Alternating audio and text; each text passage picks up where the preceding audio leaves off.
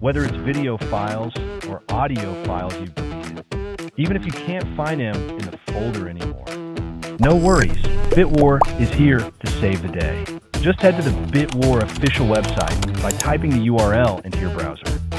Once you're on the site, scroll down a bit until you see the Win version button. Click that to download the software. Fire up Bitwar, click the Deep Recovery button in the bottom right. Pick the drive where you just deleted the files, then hit Next.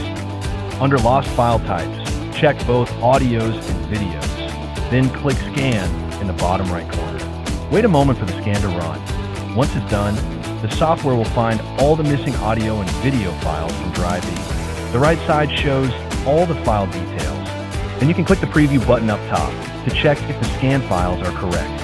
Preview all the files you want, then select them. Hit the Recover button in the bottom right. Choose a custom folder on your computer to save them to, and that's it. It'll say Successfully Recovered 4 audio and video files. Go check that Drive folder. They're all there, no parts missing at all. That's Bitwar's Deep Recovery for you. Subscribe to us to learn more about the software.